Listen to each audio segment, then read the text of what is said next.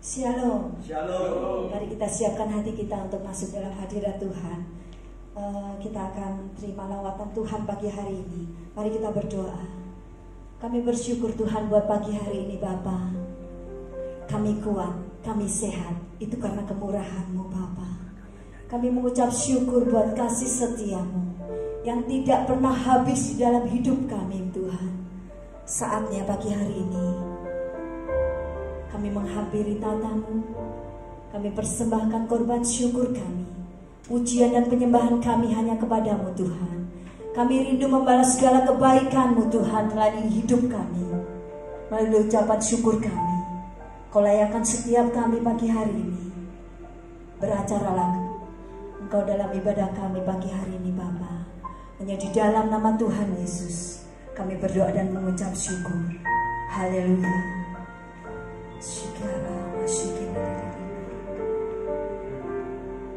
Satu kerinduan kami terus datang melekat dengan Engkau Tuhan, menghampiri tata-Mu yang kudus. Kiara masyiki didi bikara masyikiara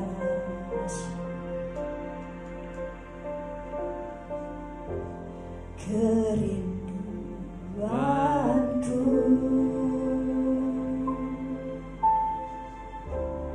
datang padamu,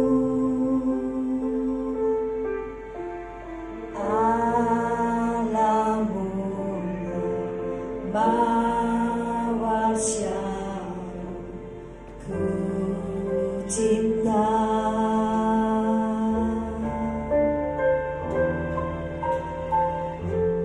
Kaulah Rajaku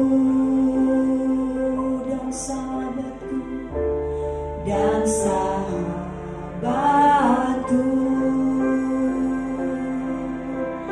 terindah, termanis Engkau bagiku. Semua Kau Tuhan, ku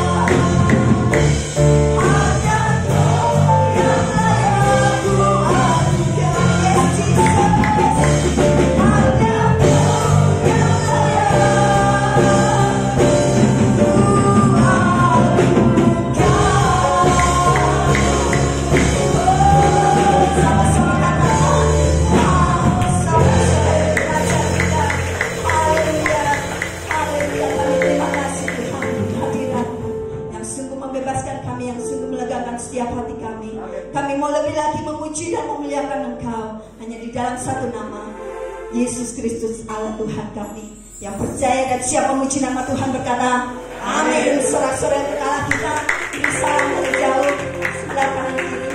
Katakan Tuhan memberkati.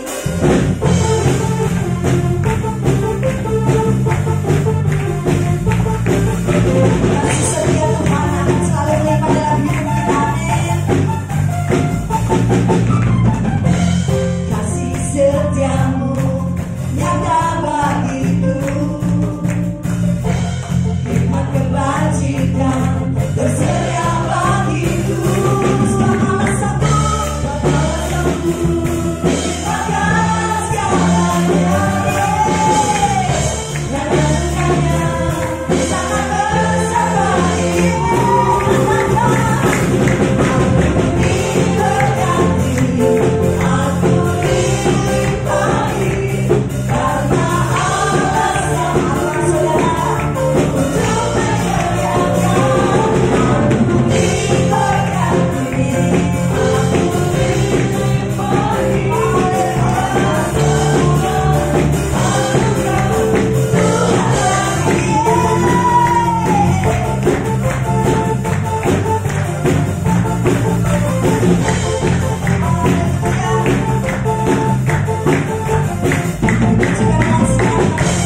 kasih setiamu nyata bagiku,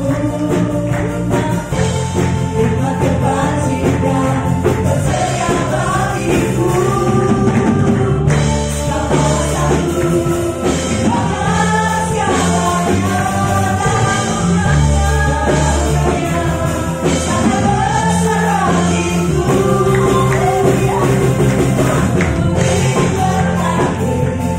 Aku dilimpahi karena Allah sanggup untuk menyediakan.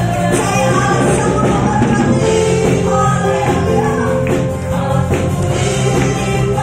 dilimpahi atas segala anugerah Tuhan. Aku diberkati, aku dilimpahi karena Allah sanggup.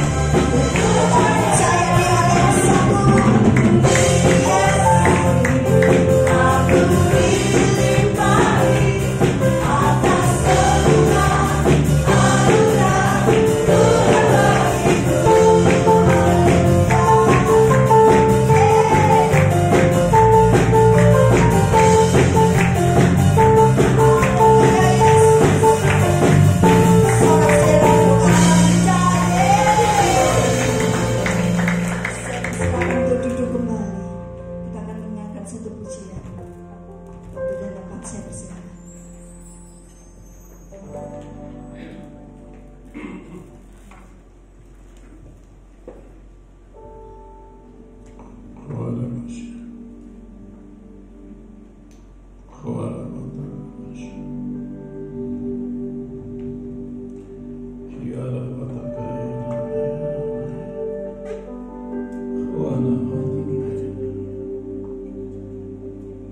Terpujilah Bapa di sorga,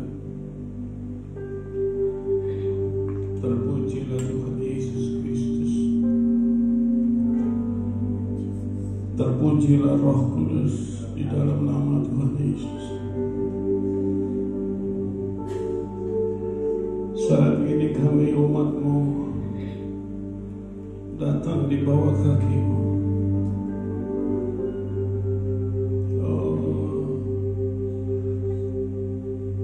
Saat pandemi berkepanjangan, saat akal manusia hampir habis, kami percaya ada satu kekuatan, yaitu hikmat-Mu Tuhan. Saat ini kami datang sujud. Kami butuh hikmat-Mu. Kami butuh hikmat-Mu. Kami butuh hikmat-Mu. Urapi kami semua saat nanti kami mendengar kebenaran-Mu Tuhan. Kami percaya kami mendapatkan hikmat.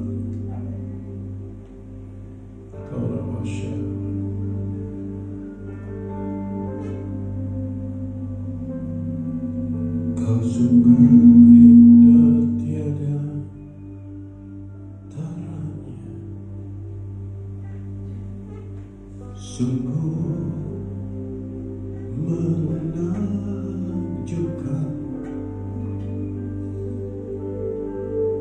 sungguh ajaib untuk dimengerti, lebih dari semua yang ada. Hikmat-Mu tiada terselami, kasih-Mu dalam tak terduga. Kau sungguh indah tiada taranya, mulia dan berkuasa.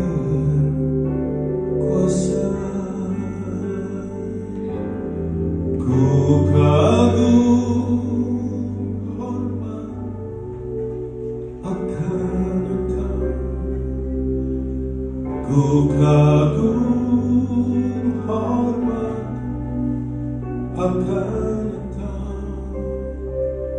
Kau Allah yang layak dipuji, ku kagum akan Engkau.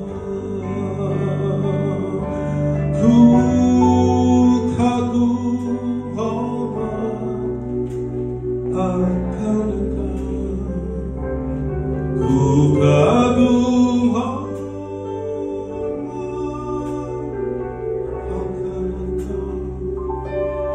Kau Allah yang layak dipuji, ku kagum akan Engkau.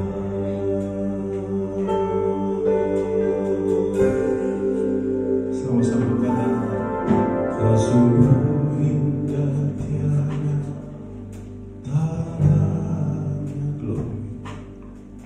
Sungguh menakjubkan, sungguh jatuh dimengerti, lebih dari semua yang ada. Hikmat-Mu tiada terselami, kasih-Mu dalam tak terduga. Kau sungguh indah tiada taranya, mulia dan berkuasa. Kami kagum, ku kagum hormat akan Engkau, ku kagum hormat akan Engkau. Kau Allah yang layak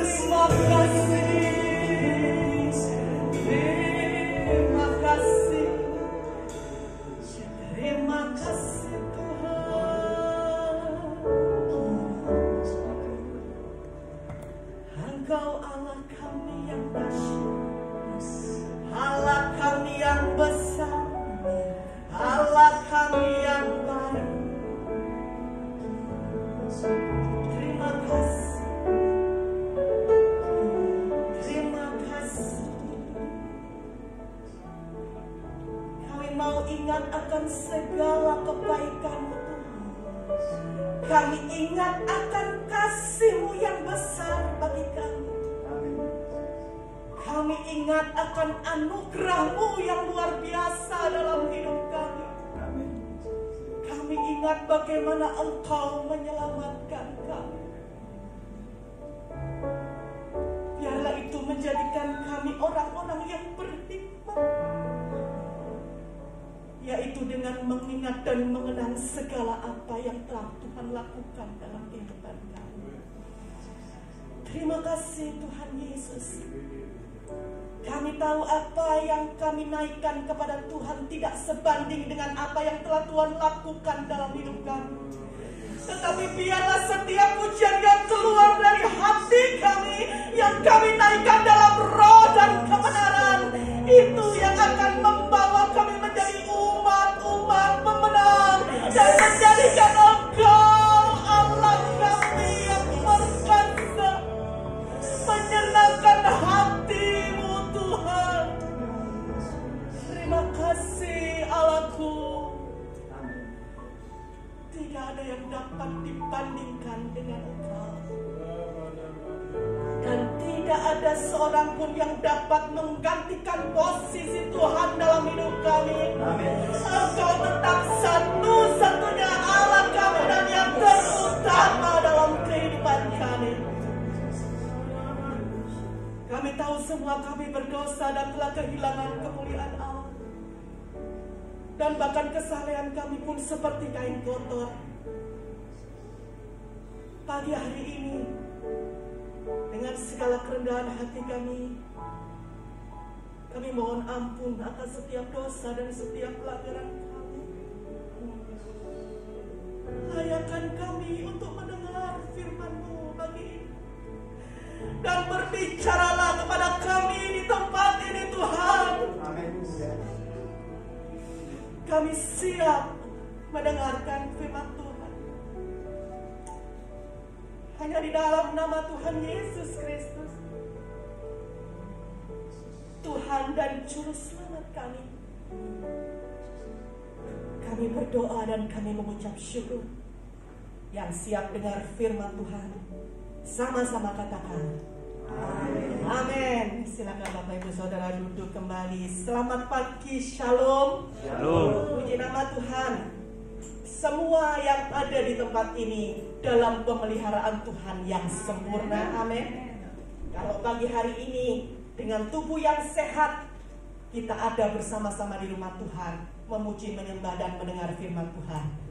Semua bukan karena kuat gagah kita, tapi semua karena Tuhan Yesus baik bagi saudara dan bagi saya. Amin. Bapak Ibu Saudara yang dikasihi Tuhan, firman Tuhan pagi hari ini diambil dari Ulangan pasal yang ke-32 ayat yang ke-7. Hanya satu ayat ini saja kita mau belajar dari firman Tuhan pagi hari ini. Ulangan pasal yang ke-32 ayat yang ke-7.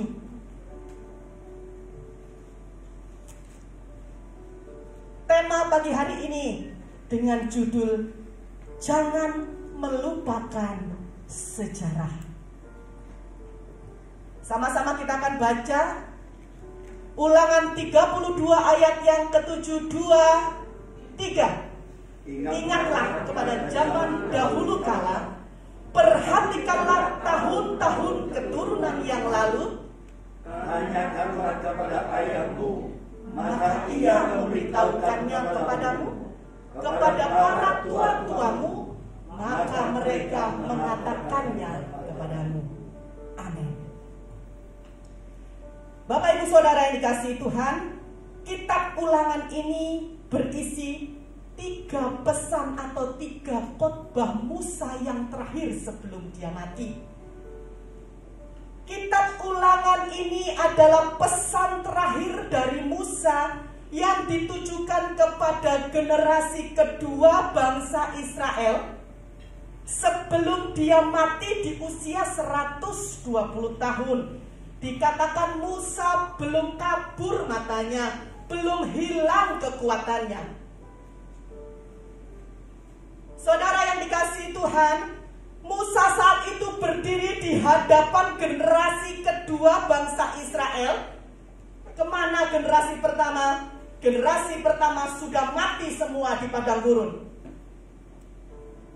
Alkitab mencatat di dalam sejarah, saat itu Musa berdiri tanggal 1 bulan ke-11 tahun yang ke-40 dihitung dari masa perjalanan bangsa Israel di padang gurun. Dan setelah itu 2 bulan 10 hari setelah Musa mengatakan ini, bangsa Israel masuk ke Kanaan.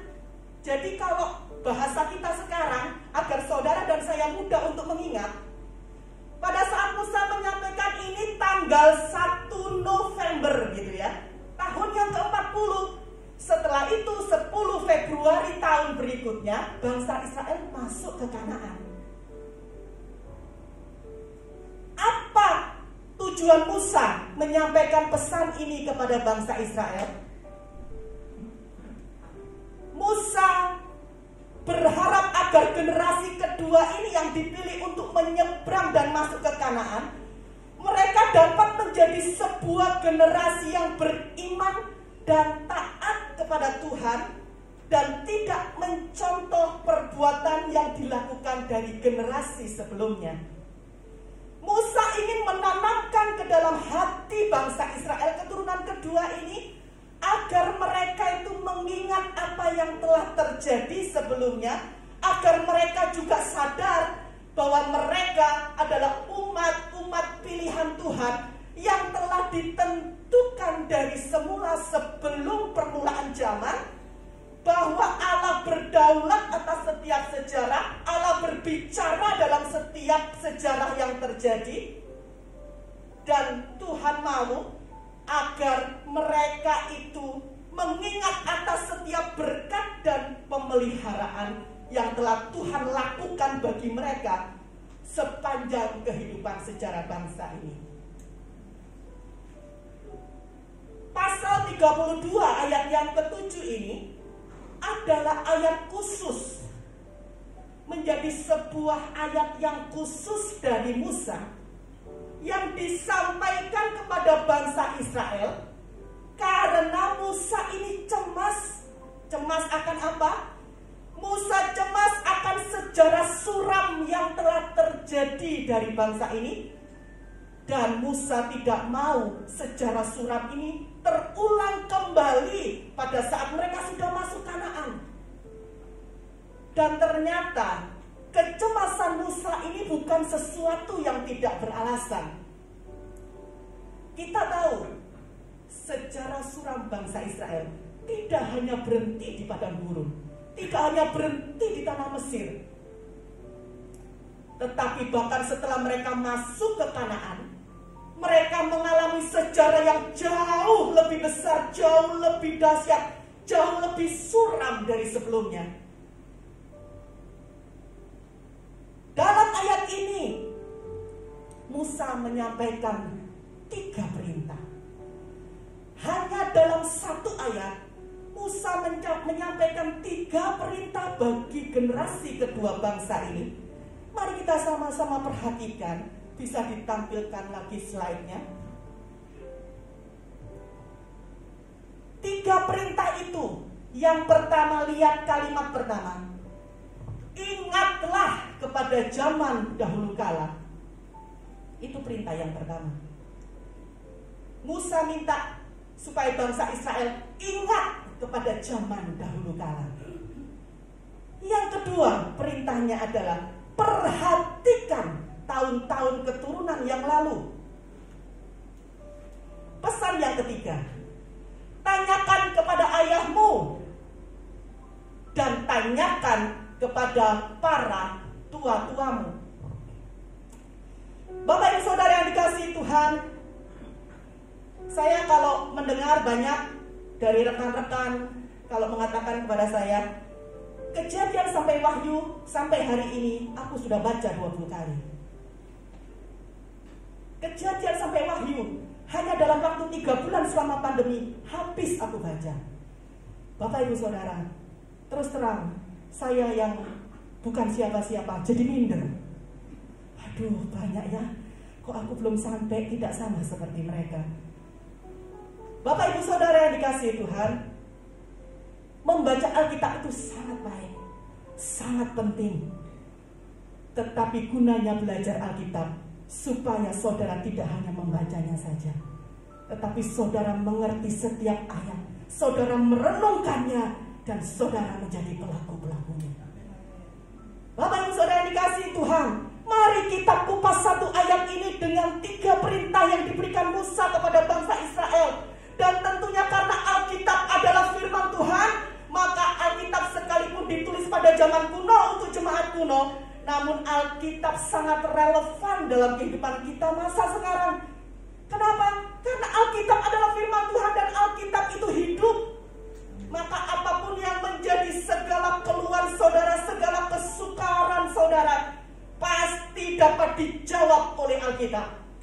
Karena itu, belajarlah Alkitab dan sungguh-sungguhlah mendengarkan firman Tuhan.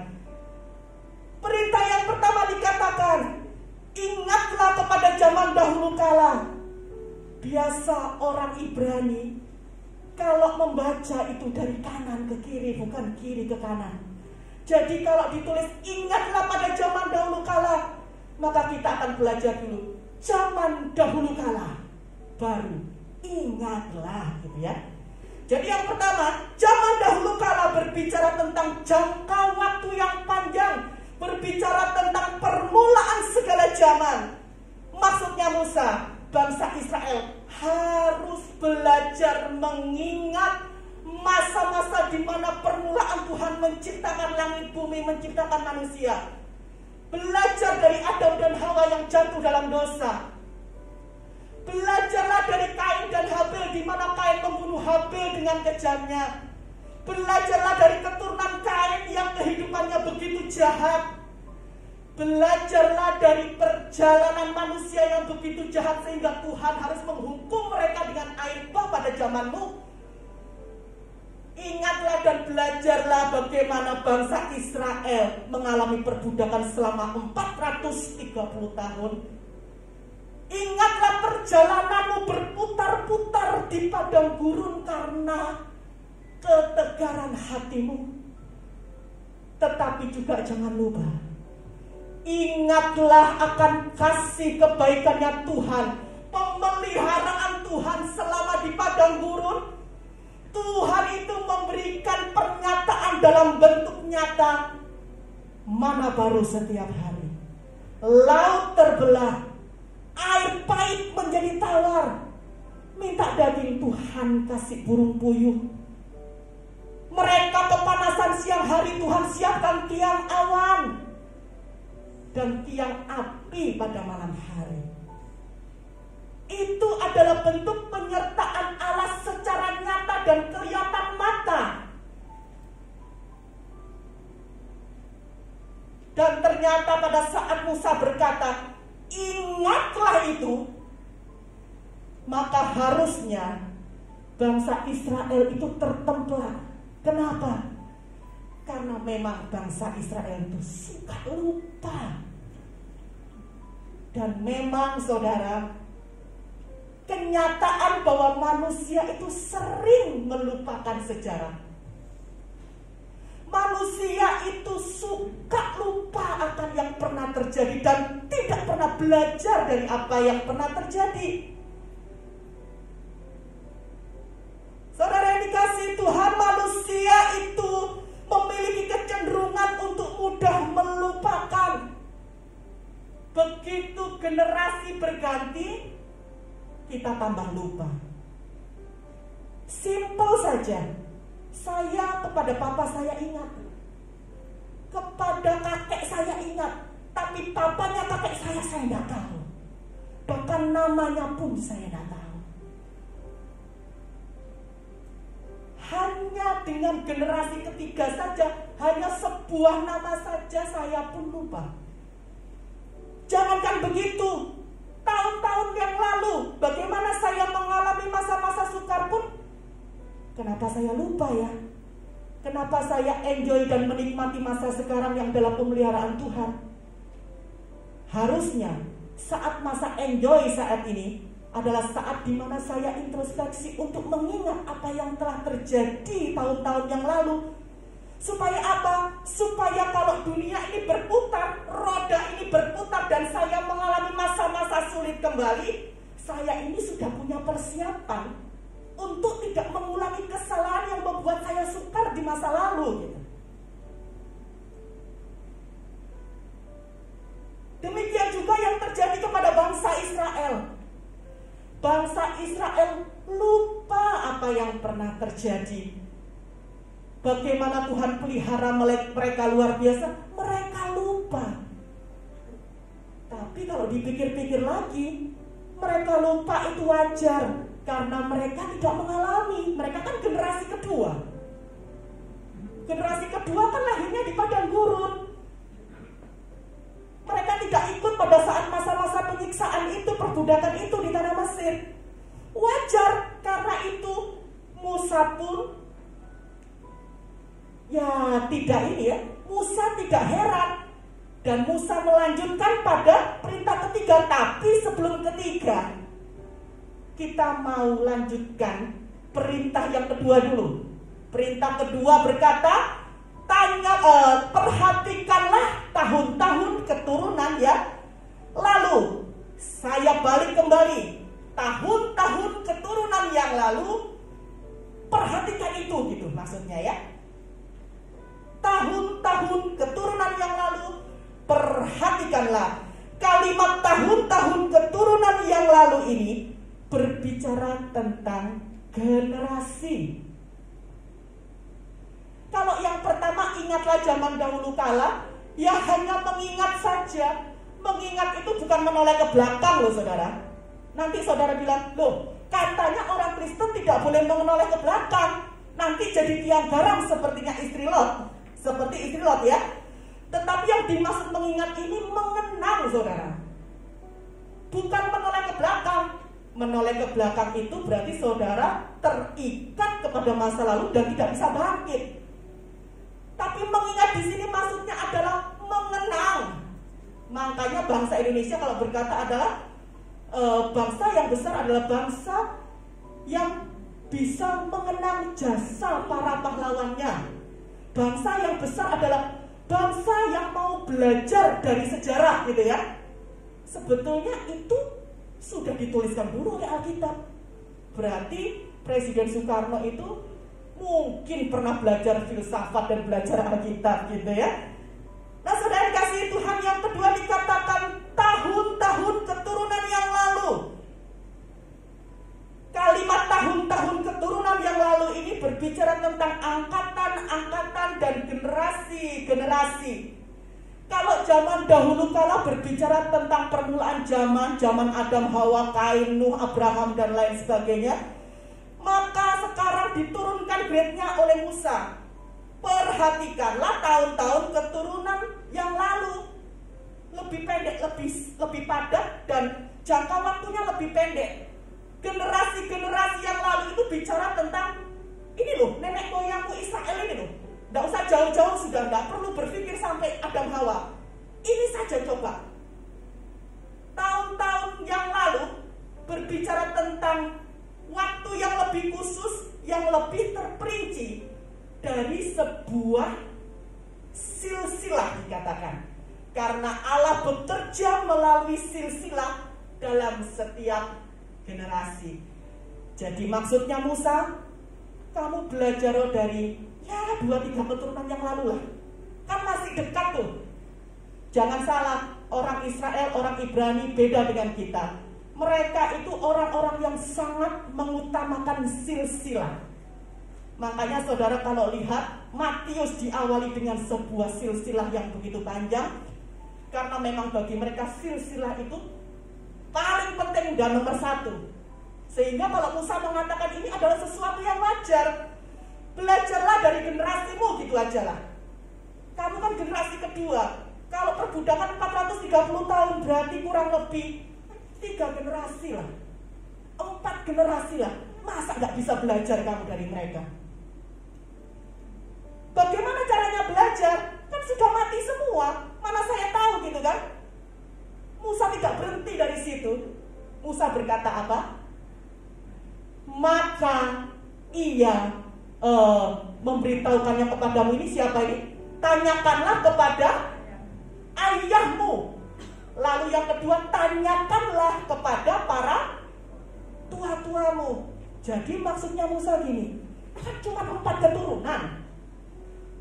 Kamu tanyalah sama bapakmu, tanyalah kepada para nenek moyangmu, tanya kepada para tua-tuamu. Para tua-tua ini berbicara tentang para pimpinan pemuka agama, ataupun kalau kita sekarang menyebutnya, tanya kepada Bapak Gembala. Kenapa kok tanya kepada Bapak Gembala? Karena mereka adalah orang-orang yang belajar khusus tentang dunia rohani itu. Banyak orang yang seumur dengan Bapak Gembala, tetapi pengetahuan firman Tuhannya belum tentu sama, karena dunianya berbeda gitu.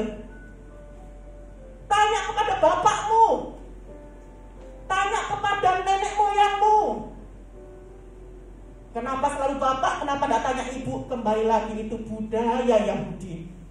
Jadi bukan berarti saudara sekarang tidak boleh tanya kepada ibu. Kalau ibu masih hidup, bapaknya yang sudah tidak ada, terus mau tanya siapa, kan gitu ya. Budaya mereka memang hanya garis keturunan dari ayah. Jadi ayat ini berkata, kamu tanyalah kepada ayahmu, tanyalah sama kakekmu, tanyalah sama para tua-tua, para diaken penatua, tanyalah kepada gembala. Maka mereka akan memberitahukan kepadamu, maka mereka akan mengatakannya kepadamu. Itu adalah sebuah janji. Kalau sampai dikatakan maka ia memberitahukan kepadamu, maka mereka akan mengatakan kepadamu, itu adalah sebuah janji dari Allah bahwa saat kita bertanya, maka kita pasti akan mendapatkan jawabannya itu. Tidak tahu caranya Tuhan seperti apa. Mungkin Tuhan menjawab saudara melalui mimpi, bisa jadi. Mungkin saudara mendapat jawaban dari pemberitaan firman Tuhan, itu sangat mungkin terjadi. Mungkin saudara mendapatkan pernyataan itu melalui Bapak Gembala saudara, itu sangat mungkin terjadi. Karena firman Tuhan yang menyatakannya. Dan Musa berkata, perhatikanlah. Kenapa harus perhatikan saudara? Memperhatikan itu bukan dipelototi saudara, tapi dipelajari, dimengerti, dipahami. Ternyata hanya sebuah sejarah saja. Kita harus susah untuk memahami, menyelidiki, untuk mengerti, untuk mempelajari. Hanya sebuah sejarah. Jangan bilang hanya sebuah sejarah, karena kita hidup karena sejarah. Dan kita harus terus belajar dari sejarah, supaya kita tidak mengulangi kesalahan yang sama. Bapak ibu saudara yang dikasihi Tuhan, Alkitab adalah bentuk sabda Allah dalam bahasa manusia. Alkitab ditulis zaman kuno untuk jemaat kuno. Seperti Musa ini, Musa adalah orang kuno dan memberikan pesan ini kepada bangsa Israel yang adalah orang kuno, bukan untuk saudara sebetulnya. Tetapi kenapa Alkitab bisa hidup sampai hari ini dan menjadi pegangan kita sebagai orang percaya? Karena memang Alkitab adalah firman Allah dalam bentuk sabda bagi manusia melalui bahasa manusia. Di dalam Alkitab ini saudara akan melihat semuanya isinya itu sejarah. Apa itu sejarah? Sejarah itu sesuatu yang pernah benar-benar terjadi di masa lampau. Semua yang baik ditulis di situ, semua yang buruk ditulis di situ. Makanya ada yang bilang, loh, katanya Alkitab adalah firman Tuhan, kenapa kata-kata setan pun ada di dalam situ? Ini sejarah, ini sabda Allah dalam bahasa manusia, supaya saudara mengerti yang terjadi saat itu.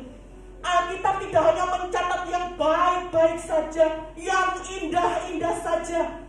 Alkitab mencatat secara keseluruhan yang pernah terjadi, supaya kita mau belajar dari sejarah dan kita tidak melakukan kesalahan yang sama. Orang yang tidak mau belajar sejarah dapat dipastikan dia akan mengalami sejarah yang lebih buruk lagi dari yang pernah terjadi sebelumnya. Bapak Ibu Saudara yang dikasihi Tuhan, apa yang dapat kita petik dari satu ayat dalam Ulangan 32 ayat yang ke-7 ini?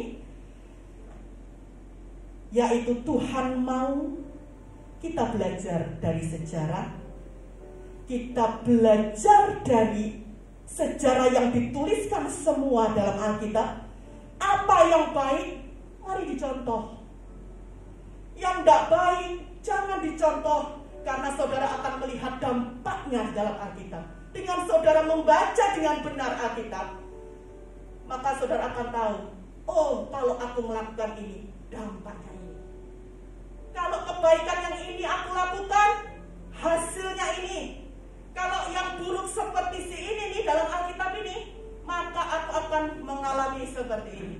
Tuhan mau kita belajar dari sejarah, mencontoh, lakukan teladan yang baik, jangan lakukan teladan yang buruk. Pesannya, jangan malas baca Alkitab. Jangan malas membaca buku-buku rohani yang membangun iman saudara. Saudara pikir enak membaca? Tidak semua orang suka baca. Tetapi kalau saudara menyelidiki, memiliki hati yang rindu untuk memiliki pengenalan yang lebih besar lagi kepada Tuhan, maka yang tidak suka baca itu menjadi suka baca. Saya ini orang yang paling benci membaca dan menulis. Tapi sejak kerinduan itu muncul dalam hati saya suka baca dan saya suka nulis. Kalau inspirasi Tuhan itu datang hanya dalam waktu tidak lebih dari 3 menit, 4 menit, saya sudah bisa membuat satu tulisan, mungkin kalau di print itu 2 lembar 1 spasi, 2 lembar folio 1 spasi. Tanpa edit langsung posting saya di Facebook saya. Tidak bisa tahu kapan saya akan mendapatkan inspirasi itu. Tidak bisa ditentukan postingnya setiap Senin, Kamis, Minggu, tidak. Kalau Tuhan kasih inspirasi. Tapi biasanya tidak lama-lama. Kenapa? Karena hati saya rindu. Tuhan apa lagi? Apa yang Tuhan mau ngomong? Banyaklah membaca buku-buku rohani yang membangun. Tapi tanya sama Bapak Gembala referensinya. Jangan sembarangan. Karena beberapa hari yang lalu saya sudah 2 kali ditelepon dari namanya Ryoko dari Jepang. Kebetulan saya lagi kuliah internasional. Dia telepon, saya heran nomornya kok nomor luar negeri gitu. Ternyata tapi bisa bahasa Indonesia ya. Dari Jepang cuman mendal-mendal gitu kata-katanya. Begitu dia bilang selamat pagi, saya itu langsung feeling, padahal seumur-umur saya tidak pernah ditelepon ya dengan orang semacam ini. Baru dia bilang, saya hanya mau berbicara, berbincang-bincang. Saya langsung bisa bilang, Anda saksi-saksi Yehova? Dia bilang, oh luar biasa, Ibu bisa tahu saya saksi-saksi Yehova.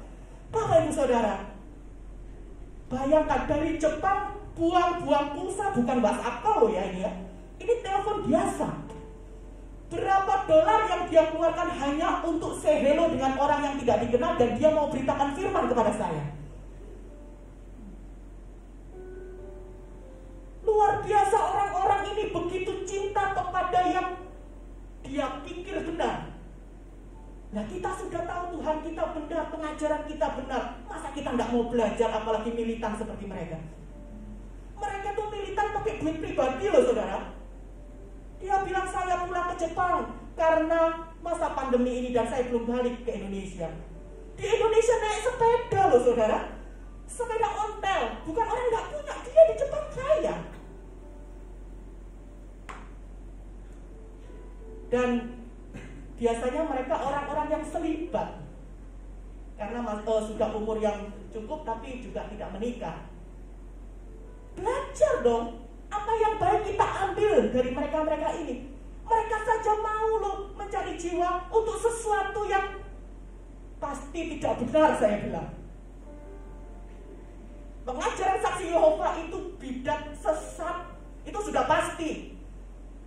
Semua pun mengatakan hal yang sama. Jadi saya tidak mungkin dikomplain kalau bilang saksi Yehova adalah pengajaran sesat, karena pengajarannya di luar pengajaran bapak-bapak gereja pada abad mula-mula.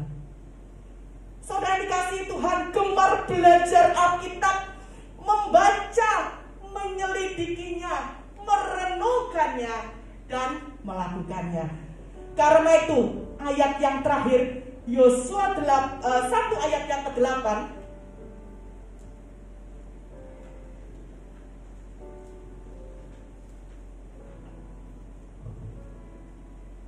Yosua 1 ayat yang ke-8.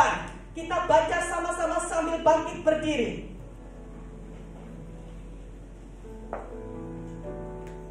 Dua, tiga. Janganlah kau lupa memperhatikan kitab Taurat ini, tetapi renungkanlah itu siang dan malam, supaya engkau bertindak hati-hati sesuai dengan segala yang tertulis di dalamnya.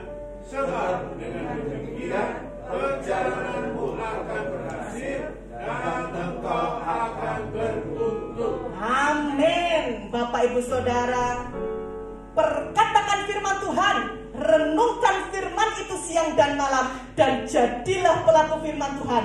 Maka kita semua akan menjadi umat-umat Tuhan yang hidup berhasil dan beruntung. Siapa yang mau berhasil dan beruntung? Mari kita datang kepada Tuhan, sembah Dia, tinggikan namanya.